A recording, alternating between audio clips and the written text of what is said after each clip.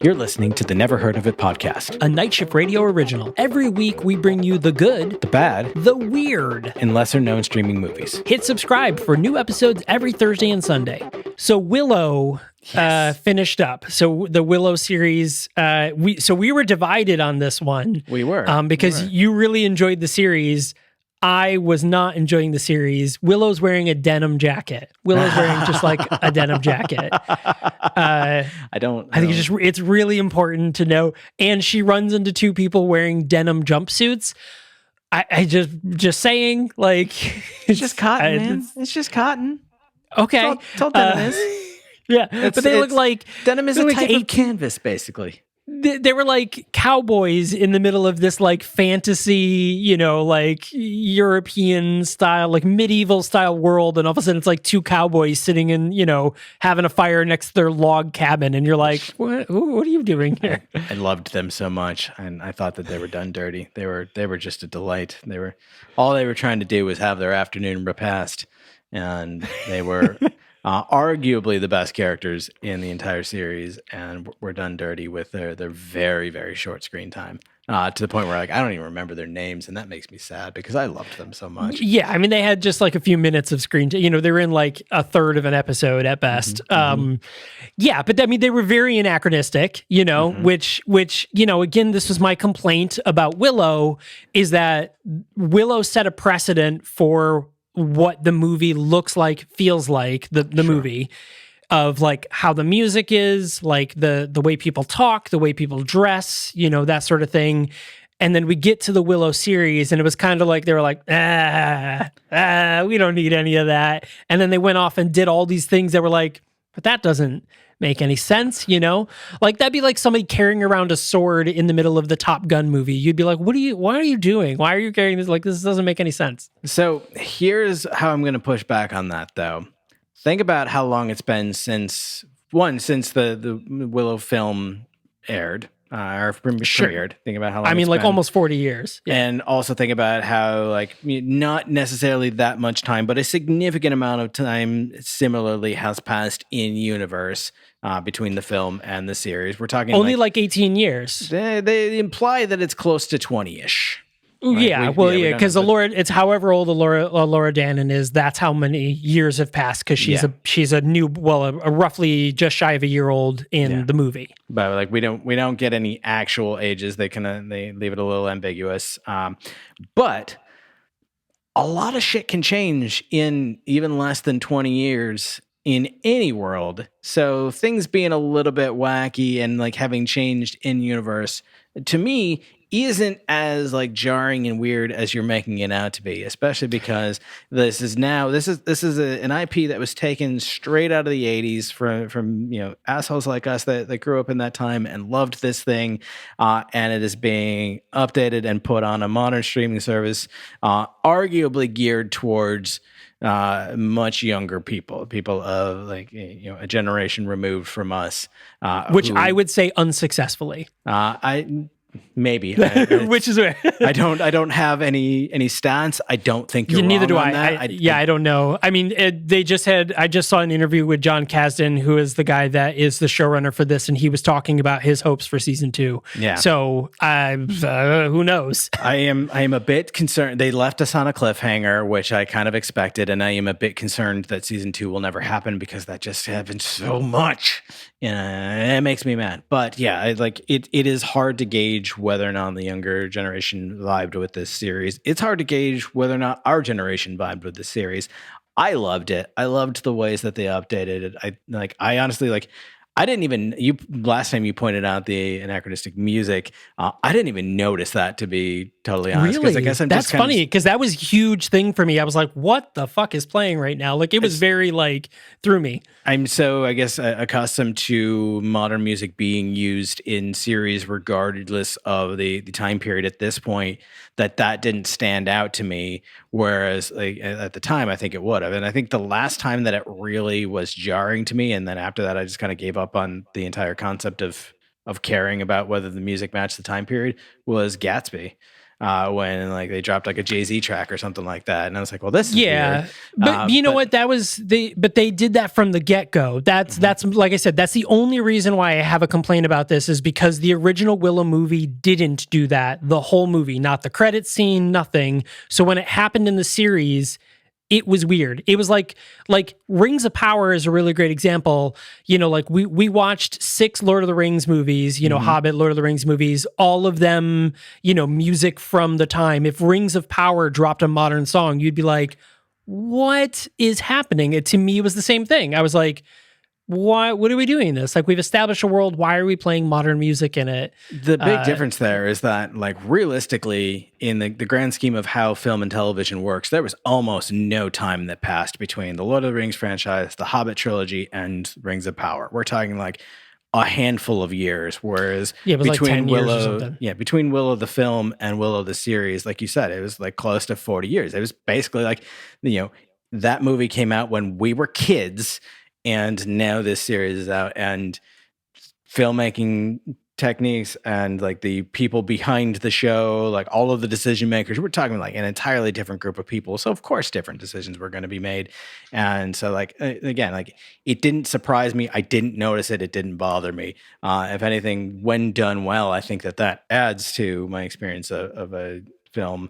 Cause I don't go into something like that expecting everything to be like the Song of the Shire or whatever. Like it's Well, yeah. So I mean, so that's, you know, I'm all for anachronistic things. Moulin Rouge, still one of my favorite like movies. Very anachronistic. You know, those sort of silly, you know, the Romeo and Juliet.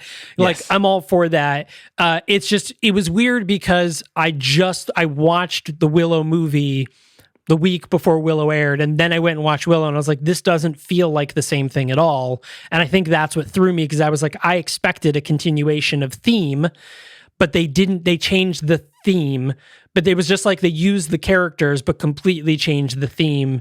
And that's what got me. And by the way, it was 8 years from the last Hobbit movie until Rings of Power. So it was 2014 was the Battle of the Five Armies.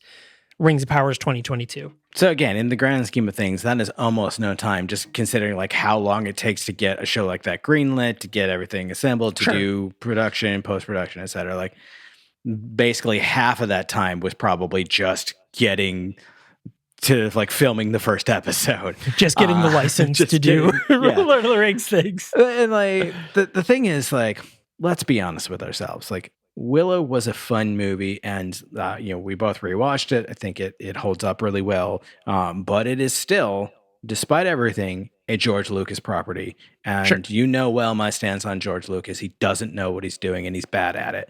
And so to have someone take something that he did arguably well and update it and do it a little bit different, to me was fine, because that just kind of removes a lot of the negative association that I have with it. And it's fulfilled what I expected the continuation of the story to be, because as we talked about this the first time we talked about the series, like the movie shows that Willow is a fraud, that he's trying, but he is not who people think that he is, and not the persona that he's built up. The show like hints at and introduces us to the idea very early on that is still the case. Like, now he has this big reputation from having defeated Balmorda, but we know that he didn't. He knows that he didn't, and it's like he's still like hyping that up. And like there's the implication that like maybe he learned great sorcery along the way, but like probably not. And Sorcerer even calls him out on it. Like, she's like, you're not a great sorcerer, you got lucky. And like that's kind of the cause of their big rift. And so we have that entire subplot, and they do that proper justice, where like he's finally forced to admit, like, I know some magic. I can do a few things in a pinch, and like he does get some hero moments, and I love that for him, but he is not the hero, much like he wasn't in the movie. And as much as I think that kind of was a disservice to his character in the movie, I think that carrying that forward into the show was the right decision, because that's true to who his character was.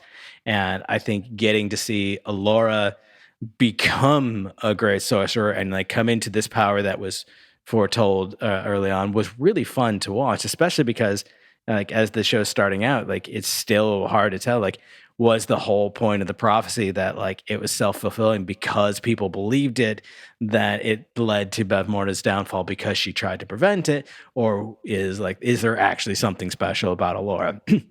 We see that it's a little bit of both. I also loved the visual effect of like the more she learns magic, the more this like illusion of her blonde hair disguise like strips away, and she's got that vibrant red hair. And that was one I was wondering about that because like when we see her for the first time, I was like, well, that's obviously Laura Dannon, and then I was like, wait, she was a straight up redhead though. I was like, I mean, I guess redhead. You know, like I had reddish hair when I was young, and now my hair is dark. Yeah, a lot of people's hair changes color. I was like, okay. I was like, whatever. Casting, it doesn't matter. Mm-hmm. But then 6 episodes later, when she does eventually get her red hair because she like unlocks her powers, I was like, okay. Yeah. I was like, little shaky on the logistics of it, but okay, like let's go with it. It was very symbolic. I understood it was symbolic, like getting back to her roots, but still I was like, all right, let's go with it. To an extent, you did call it right with Graydon. Oh yeah. I mean, he's not dead, but he's not super dead. But like he was like he had this moment where like in the big heroic battle, and like he's just like discarded, and that. Ellen pointed this out as we were watching. Like, so the big bad, the crone, was like, you lack passion. So what I'm going to do is kill the guy that you obviously care about. That'll unlock that passion. That'll make you like get strong and beat me. Like again, it's that self-fulfilling aspect. So they kept true with that. I loved every second of the arc between Jade and Kit, with the exception of the fact that they kept putting Kit in danger and then ending the episode. Hated that, but I loved that Kit got to find like her power, and like she got to like pick up the mantle, like literally and figuratively, from her father. I loved Borman's redemption story. I loved Jade getting to be like this great warrior and protector. Like the whole the party members that survived, I thought played their parts exactly like I wanted them to. Yeah. I was a little bit weirded out, but also not mad about the fate of Eric. That was another thing that was like, as soon as we saw, it was a really weird turn. As soon as I saw the other the young woman with him who was pretending to be another prisoner, I'm like, she's the crone. He's fucked.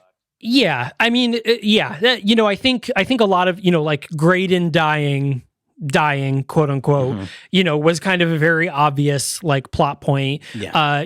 If Borman had died, like sacrificed himself to save Kit, I would have been like, yeah, obviously he's trying to make up for, with Mad Mardigan, like. Yep. Cool, got it, right? Like, it's very straightforward.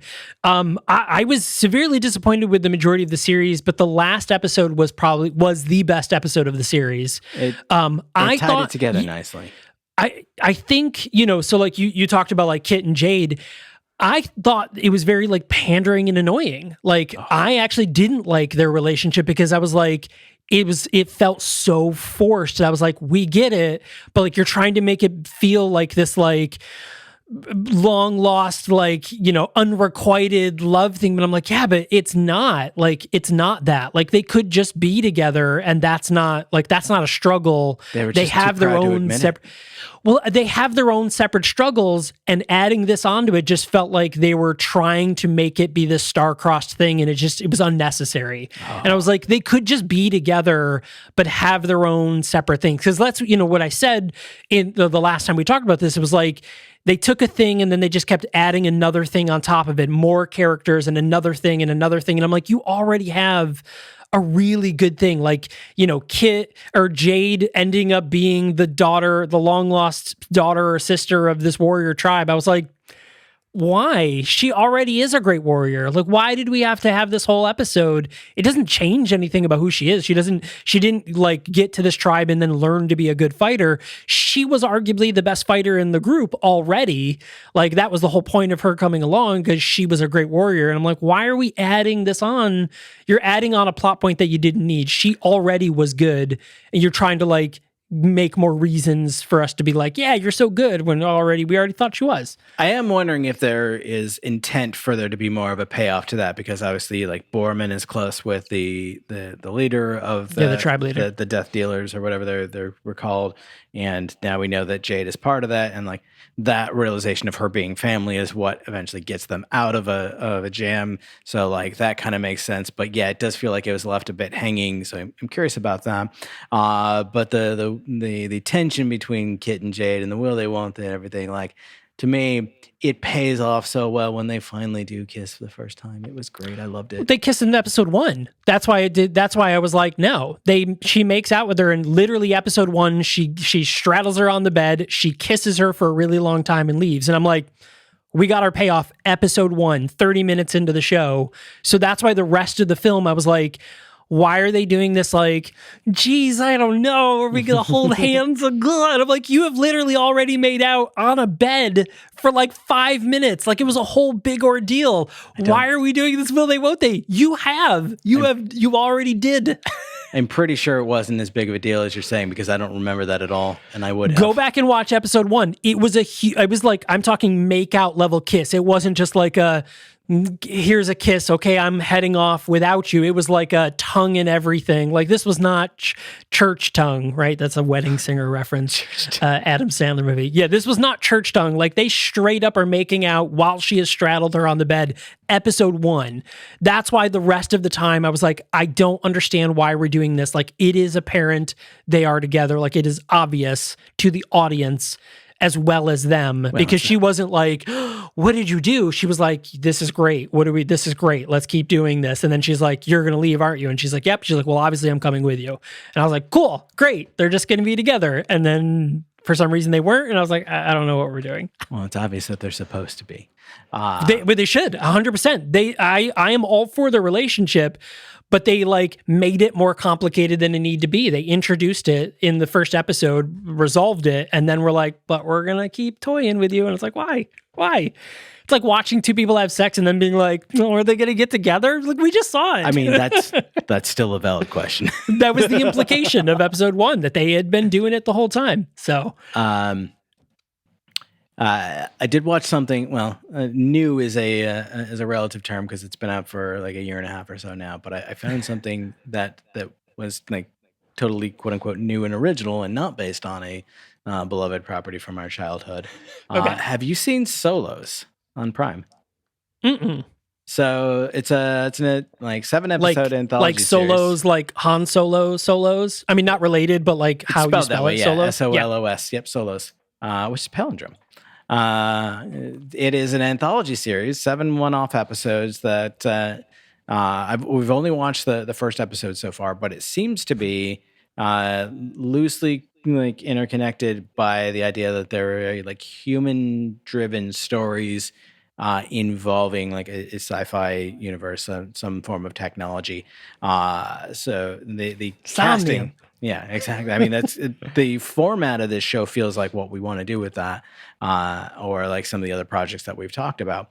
But like, first of all, you have to mention the cast of this. I'm talking Morgan Freeman, Helen Mirren, Annie Hathaway, Anthony Mackie, Constance Wu, Uzo Aduba, Dan Stevens, who is going to be in a movie we're going to be talking about next month. Like, it's an amazing cast. Jack Quaid, just amazing cast across the board. Holy cow! The very first episode is basically one character. I mean, so there's a narrator who I believe is Morgan Freeman. I think it's Morgan Freeman who's narrating the episode, but I could be wrong. But you have one character. It's just Annie Hathaway. It's time travel. It is a like intimate and just fucking heartbreaking, beautiful story. And I'm sold. The second episode is Anthony Mackie. And it seems to involve him coming like face to face with another version of himself.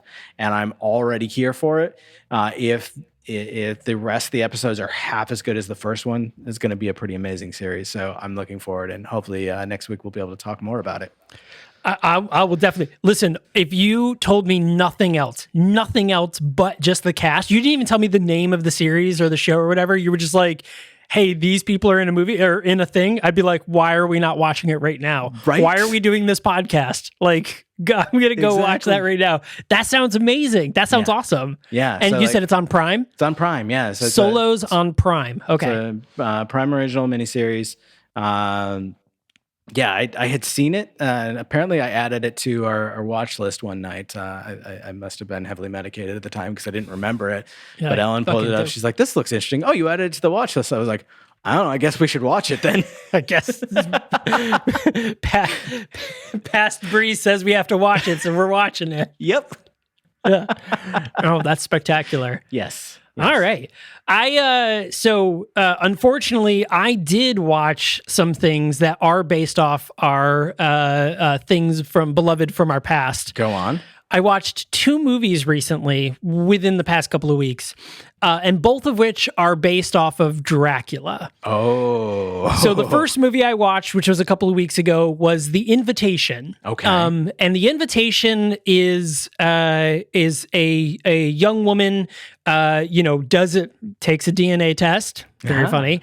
And finds out she has a long lost cousin. Okay. And so she is not white, and she meets her very white cousin, and they're talking, and she's like, oh yeah, like whatever, 200 years ago, my great grandfather like ran off with a slave, and that's how you are descended from that line. Sure. But you are of our blood. We're this super rich English family. This is amazing to find you. I just happened to be in New York where she was based, and he's like, this is cool. Like, hey, there's a wedding that we're going to, and the whole family's going to be there. It's over in England. You should come. And she's like, but I'm just a poor New York City cater waiter. And he's like, duh, like we're rolling in the dough, baby. Let's go. Like, I'll pay for everything. We'll pay for your flight. You'll pay for your room and all the food and stuff. Like, you just any spending cash you want. Like, we'll get you there. Sure. And she's like, this is weird, but okay. So she goes off. She goes to the thing. She meets this very charming gentleman who is he is the head of the manor of this place. So by the way, the main character is Evie, who is played by Natalie Emmanuel, who most people will recognize her from Game of Thrones. She was Melisandre in Game of Thrones, I think. Melisandre. She was the Khaleesi's like assistant woman, Miss Sindel or Miss Inday. Miss Andy. Yep, Miss Andry or something. I have no idea who that is. Yeah. You'll recognize as soon as you see her. She's a very recognizable person. I won't because I didn't watch the series. Right. She was also in the very first American High movie, Holly Slept Over. Oh, neat. That was the very first movie that American High, the production company here in Syracuse, New York, did. But anyway, so the cute guy, the charming guy who owns the estate that the wedding is taking place at, is played by Thomas Doherty, and he is DeVille. Okay. DeVille.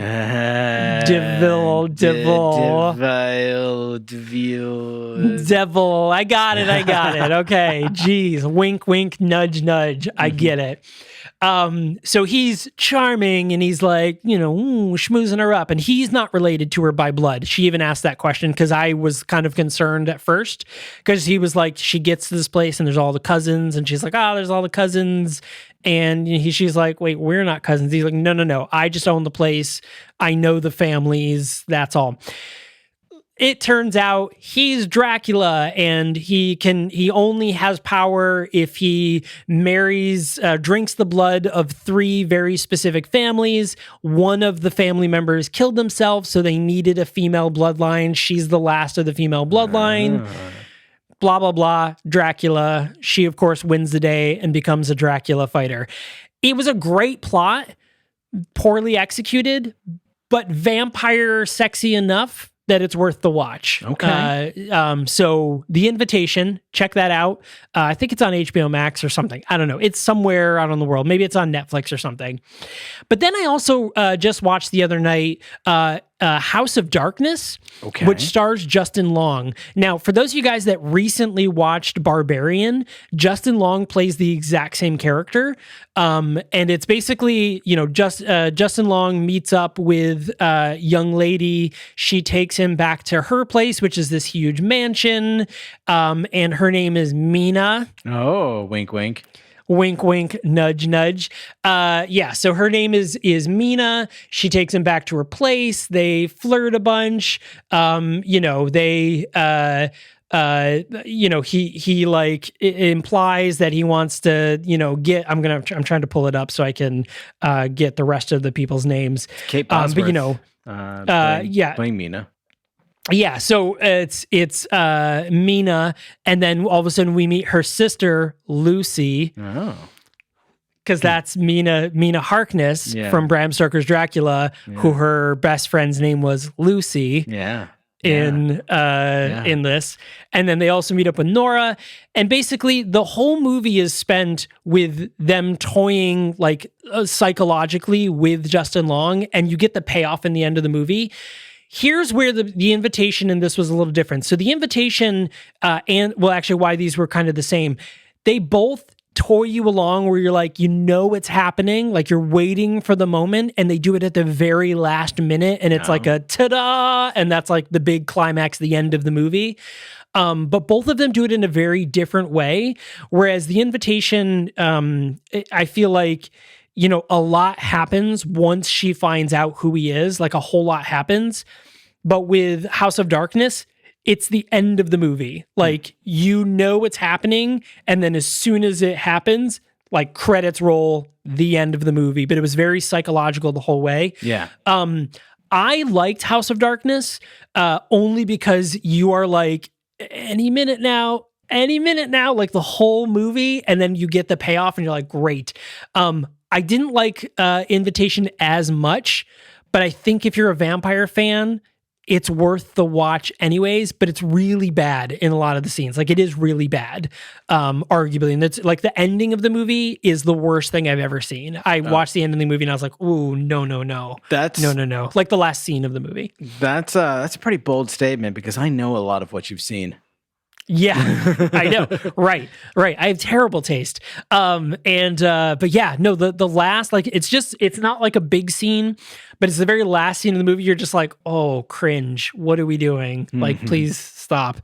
But yeah, so House of Darkness is on Hulu.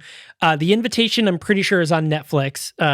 Willow, of course, is streaming on Disney Plus. Yeah. And Solos is available on Prime Video. Look at all these options you just got. This is so much to watch. It truly is a golden age. This is why you need to be subscribed to the show, because you just found out 4 brand new things you can watch. And then on Sunday, we have a brand new episode where we're talking about the Tubi original film Dead Zone, which is streaming on Tubi TV for free. You can just go and watch it. Like, you don't even need to sign up or anything. So that's 5 brand new things you just learned about that you can watch. Yeah. 2 of which are series, several episodes. 3 of which are movies. So this is why you should subscribe to this podcast, is because you are learning so many things. We have brand new episodes every Thursday and Sunday where we talk about all sorts of things, including bad vampire films, fantasy, and sci-fi. We got our start talking about a bad vampire film. This is true. Episode 1, which, we're counting down to our 5-year anniversary. We've got 6 episodes left. Yeah. So pretty wild. It's very exciting. So hit that subscribe button. Brand new episode Sunday. Thanks a lot for listening. Thanks a lot for watching over on YouTube. Make sure to hit subscribe there. Leave a comment, drop a like, leave a comment. Hey, whatever the YouTuber kids say these days. Do all those things. And if you're listening on your podcast player of choice, subscribe, leave a rating and review if your podcast player supports that. It is how other people discover us and helps us grow, so we can do this for another 5 years. Yeah. I mean, let's be real. We're going to do it for another 5 years anyways, whether you guys do it anyways. You might as well just subscribe, because it's happening no matter what. There's literally no end to the movies. They just keep making them. Yeah, they just keep happening. It's how they do. So, hey, thanks a lot for listening and watching, everyone. We super appreciate it, and we will see you Sunday. Yeah.